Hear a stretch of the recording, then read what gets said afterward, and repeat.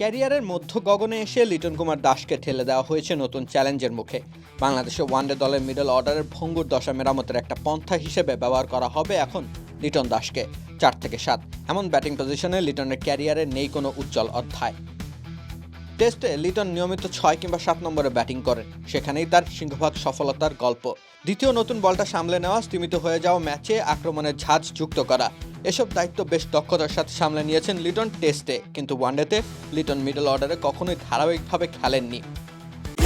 ছোটদের সাথে আনন্দের সুযোগ, বড়রাও করে উপভোগ। Multi chips, super crunchy, super fun. 4 ও 5 এই দুই পজিশনের স্ট্রেপ 10টি ম্যাচ খেলেছেন লিটন দাস। 5 নম্বরে অপেক্ষাকৃত ভালো পরিসংখ্যান রয়েছে লিটনের নামের পাশে। 4 ইনিংসে 168 রান করেছেন 56 করে। একটি অপরাজিত 94 রানের ইনিংস রয়েছে তার সেই ব্যাটিং পজিশনে ওয়েস্ট ইন্ডিজের বিপক্ষে। এছাড়া 4 নম্বরে ব্যাট করতে নেমে তিনি সর্বসাকুল্যে 6 ইনিংসে জড়ো করেছেন 81 রান। আবার 5 নম্বরে ওই একটি ইনিংস ছাড়া বাকি 3টি ইনিংসে লিটনের রান যথাক্রমে 20, 22 ও 32। এমন পরিসংখ্যানকে সন্তোষজনক বলার উপায় তো নেই। অথচ এই লিটনকে মিডল অর্ডারের স্থিতিশীলতা চিন্তা করেই সুযোগ দিয়েছে জাতীয় দলের নির্বাচক প্যানেল। প্রশ্নটা হচ্ছে লিটন খেলবেন কই? 5 নম্বর ব্যাটিং পজিশনটা তাহিদ হৃদয়ের জন্য প্রায় সুনির্দিষ্ট বলা চলে। 4-এ লিটনের পরিসংখ্যান বেজায় বাজে। এর নিচের কোনো ব্যাটিং পজিশনে লিটন তার আন্তর্জাতিক ওয়ানডে ক্যারিয়ারে খেলেননি কখনো। লিটন ক্লিন হিটার, তার পক্ষে পাওয়ার হিটিং সম্ভব নয়। সেসব দিক বিবেচনায় 3 নম্বর হতে চলেছে লিটনের ব্যাটিং পজিশন।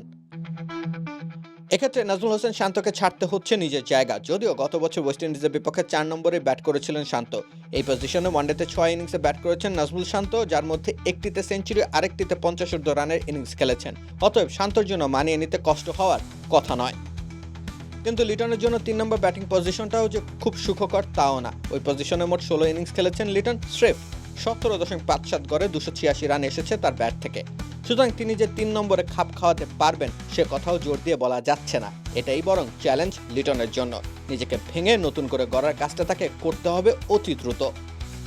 যদিও টি-20তে সর্বাধিক রান তিনি করেছেন ওই 3 নম্বরে ব্যাট করতে নেমে। এখন দেখার বিষয় ওয়ানডেতে লিটন নিজের নতুন দায়িত্ব কতটুকু সামলে নিতে পারেন। পুরনো পরিসংখ্যানের ভঙ্গুর দশার মাঝে তিনি হারিয়ে গেলে দুশ্চিন্তার ভাঁজ পড়বে নির্বাচকদের কপালে। রাকিব হোসেন রুম্মান, খেলা 71।